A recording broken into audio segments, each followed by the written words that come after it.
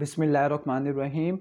Today's topic of discussion is respiratory pharmacology. Respiratory pharmacology के अंदर आपने एस्थमा, COPD और TB इसकी ड्रग्स पढ़नी होती हैं।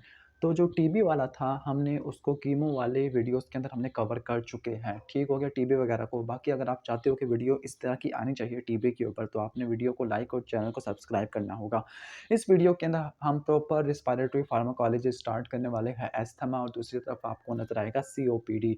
ठीक हो गया। तो सबसे पहले फार्माकोलॉजी पढ़ने से पहले आपको कोई ना कोई फिजियोलॉजी या पैथोलॉजी का पता होना चाहिए कि एस्थमा में होता क्या है, क्या क्या ट्रिगरिंग एजेंट होते हैं और सीओपीडी में क्या होता है।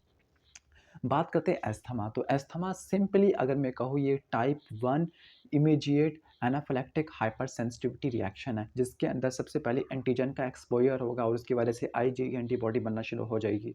वो IgE antibody mast cell tissue के अंदर और बेसोफिल ब्लड के अंदर उस पर उसके रिसेप्टर्स लगे हुए होते हैं। तो जो एंटीबॉडी होता है उसका एफसी पोर्शन होता है, वो एफसी रिसेप्टर पर जाके बाइंड हो जाएगा मास्ट सेल के और बेसोफिल के। इसके बाद क्या होगा, इसके बाद क्या होगा कि दोबारा से सब्सीक्वेंट सेकंड एक्सपोजर उसी एंटीजन का आना चाहिए। तो पहले से ही एंटीबॉडी बनी पड़ी है, तो उस एंटीजन पर आईजीई का क्या होगा, रिएक्शन होगा। ठीक है, एंटीबॉडी एंटीजन रिएक्शन होगा और इसकी वजह से मास्ट सेल और बेसोफिल के साइटोप्लाज्मिक ग्रैन्यूल्स रिलीज हो जाएंगे। वो आगे एनाफिलेक्टिक रिएक्शन, एलर्जी, हाइपरसेंसिटिविटी वगैरह करवा देते हैं। तो एस्थमा के अंदर प्रिंसिपल पैथोलॉजिकल या पैथोफिजियोलॉजिकल क्या क्या चेंजेस देखने को मिलती है कि जो उसका लेट रिएक्शन होता है तो उसमें ब्रोंकियल हाइपर एक्टिविटी हो जाती है। कहते हैं कि इन्फ्लेमेशन की वजह से क्या होता है कि जो ब्रोंकियल रिस्पॉन्स होता है नॉर्मल एंटीजन के लिए, इरिटेंट के लिए, वो काफ़ी ज़्यादा हाइपर एक्टिव हो जाता है। मिसाल के तौर पर कोई थोड़ा बहुत इरिटेंट आ जाता है तो ब्रोंकाई कॉन्स्ट्रिक्ट करते हैं ताकि ये इरिटेंट पार्टिकल लंग्स की तरफ ना आ सके। लेकिन अगर इन्फ्लेमेशन की वजह से ये वाला रिस्पॉन्स ब्रोंकियल रिफ्लेक्स या जिसको वेगल रिफ्लेक्स, इनके वेगस नहीं, पैरासिम्पैथेटिक नर्वस सिस्टम ने ही ब्रोंकाई की कॉन्स्ट्रिक्शन करानी होती है, ब्रोंको कॉन्स्ट्रिक्शन करानी होती है। तो असल में होता ये है कि जो ब्रोंकियल स्मूथ मसल है उनकी हाइपर एक्टिविटी करवा देती है। ठीक हो गया। तो थोड़ा बहुत एंटीजन भी आ गया है, इरिटेंट आ गया, तो उसके नतीजे में बहुत ज़्यादा रिस्पॉन्स देखने को मिलेगा। दूसरी तरफ लिखा हुआ है ब्रोंकोस्पैज्म। ये ब्रोंकोस्पैज्म या ब्रोंको कॉन्स्ट्रिक्शन है, ये एपिसोडिक होती है, रिवर्सिबल होती है। इसको वापस कर सकते हो, अपनी जगह पे नॉर्मल ला सकते हो। ब्रोंको डायलेटर यूज़ करते हुए एपिसोडिक होती है, किसी एक पार्टिकुलर इवेंट के लिए होती है। फिर म्यूकस की सिक्रेशन ज़्यादा हो जाती है, ब्रोंकाई के वाल में एडीमा हो जाता है इन्फ्लेमेशन की वजह से, और सेलुलर इन्फिल्ट्रेट भी देखने को मिल सकते हैं। आपको पता है कि जो एस्थमा है इसकी जो पैथोफिजियोलॉजी होती है वो एक्यूट के अंदर भी आती है, क्रॉनिक के अंदर भी आती है। एक्यूट के अंदर आपको न्यूट्रोफिल देखने को मिलती है, क्रॉनिक के अंदर इओजिनोफिल वगैरह, लिम्फोसाइट वगैरह। वैसे एक्यूट के अंदर इओजिनोफिल भी आ जाते हैं। ठीक हो गया।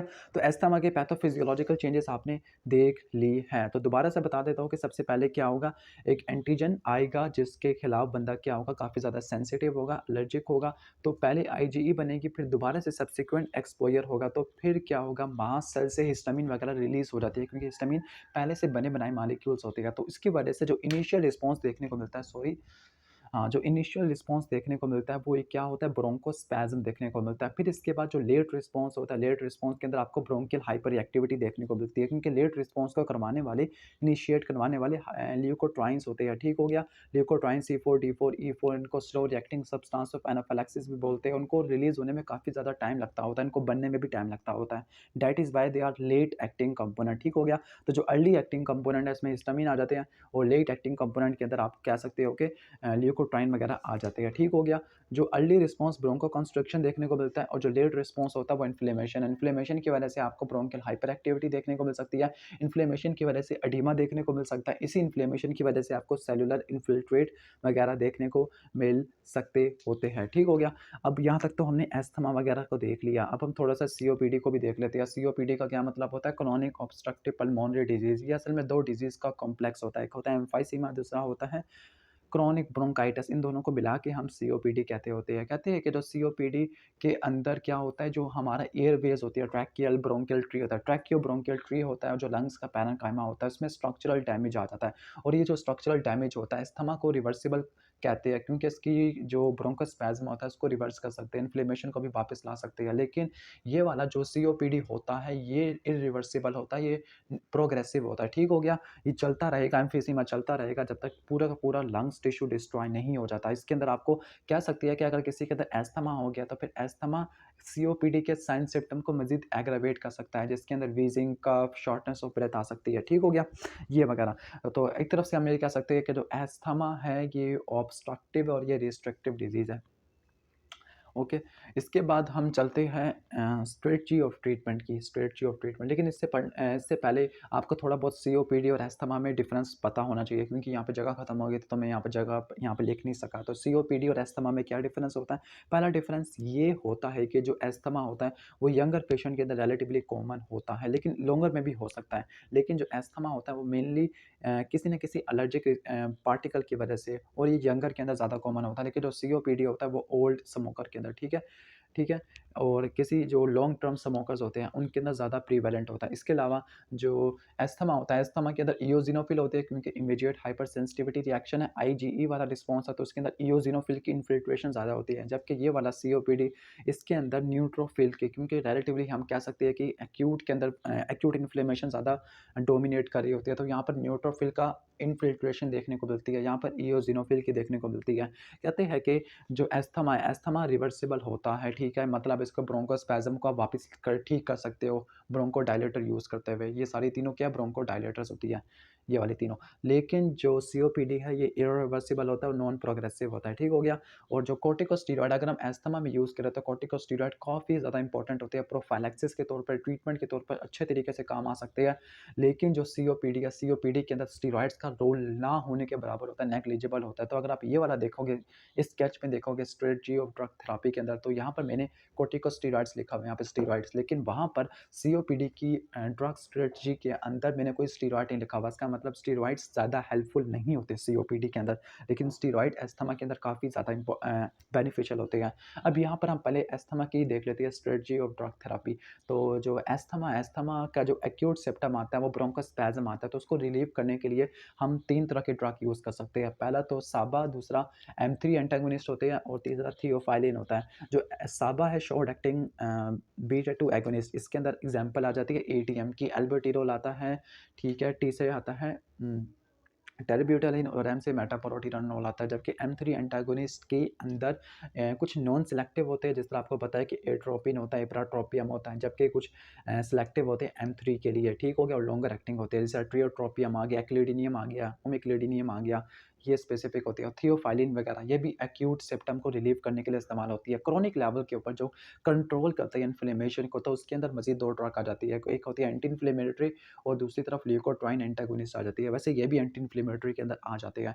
तो कुछ ऐसी ड्रग्स होती है जो लाइसोसोम कह रहा हूँ, जो मास्ट सेल से बेसोफिल से ग्रैन्यूल को रिलीज नहीं होने देती, तो उनको बोलते हैं मास्ट सेल स्टेबिलाईजर। इसके अंदर एग्जांपल आती है क्रोमाइलिन की, जिसका दूसरा नाम है डाइसोडियम क्रोमोग्लाइकेट, निडोक्रोमिल, क्रोमाइलिन और निडोक्रोमिल आती है। जबकि स्टेरॉइड्स के अंदर कुछ इनहेल्ड आते हैं और कुछ क्या होते हैं इंट्रावेनस होते हैं, ठीक हो गया?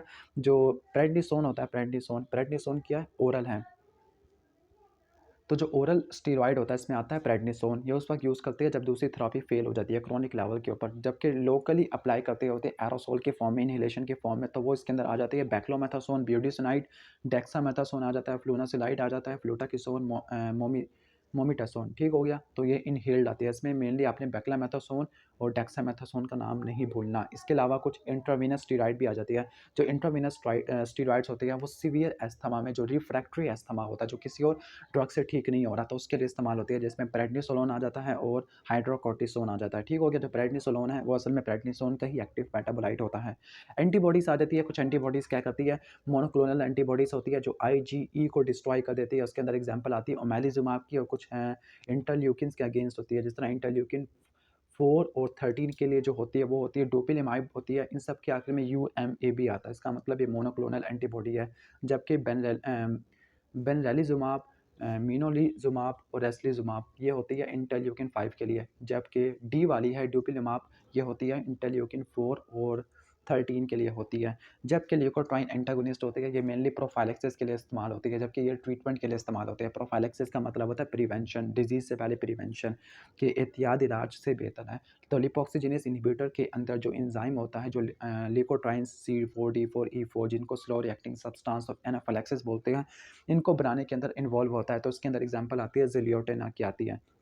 जबकि ल्यूकोट्राइन रिसेप्टर एंटागोनिस्ट के अंदर मोंटेलुकास, ज़ाफिलुकास्ट होते हैं। ये तीनों एक्सरसाइज, एंटीजन और एस्पिरिन इंड्यूस्ड ब्रोंकोस्पैज़म उसको ठीक करने के लिए इस्तेमाल होते हैं, लेकिन तीनों के तीनों प्रोफाइलैक्सिस के तौर पे काम आते हैं। एक चीज़ आपने याद रखनी है कि ल्यूकोट्राइन रिसेप्टर एंटागोनिस्ट की वजह से आपको एक स्पेशलाइज्ड सिंड्रोम हो जाता है, जिसको बोलते हैं Churg stress syndrome, Churg straws syndrome, ठीक हो गया। जबकि इसकी वजह से क्या होता है, ज़िलियोटिन की वजह से कि लीवर के एंजाइम्स, ट्रांसअमाइनेज, इनका लेवल ज़्यादा देखने को मिल जाता है।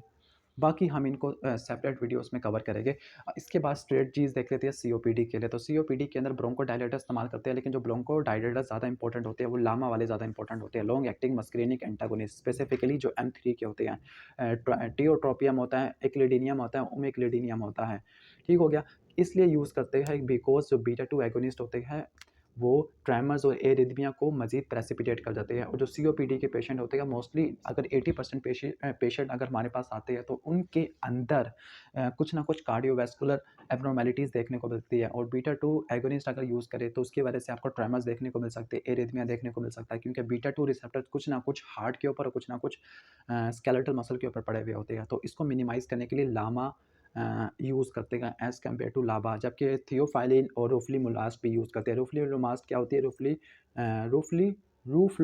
रूफ्लोमिलास्ट, मेरी प्रोनाउंसिएशन इतनी अच्छी नहीं है। तो रूफ्लोमिलास्ट क्या करती है, PDE4 को इनहिबिट कर देती है, फॉस्फोडाइस्ट्रेस, ठीक है, E4 को इनहिबिट कर देती है। और इसको इनहिबिट करने की वजह से जो इन्फ्लेमेटरी सेल है उनकी इनहिबिशन देखने को मिलती है। जबकि फॉस्फोडाइस्ट्रेस टाइप 3 होता है, ये इंपॉर्टेंट होता है किसके लिए, ब्रोंकोडाइलेशन के लिए, ठीक हो गया। तो ये सारा हमने पढ़ लिया है। अभी थोड़ा सा ब्रीफ ओवरव्यू दे दिया है रिस्पायरेटरी फार्माकोलॉजी का। तो आपने क्या करना है, वीडियो को लाइक करना है और चैनल को सब्सक्राइब करना है, तभी आपको पार्ट 2 देखने को मिलेगा। अगर नहीं करोगे तब भी आपको मिल ही जाएगा, लेकिन इससे हमारी मोटिवेशन होती है, ठीक है। तो तब तक के लिए अल्लाह हाफिज़।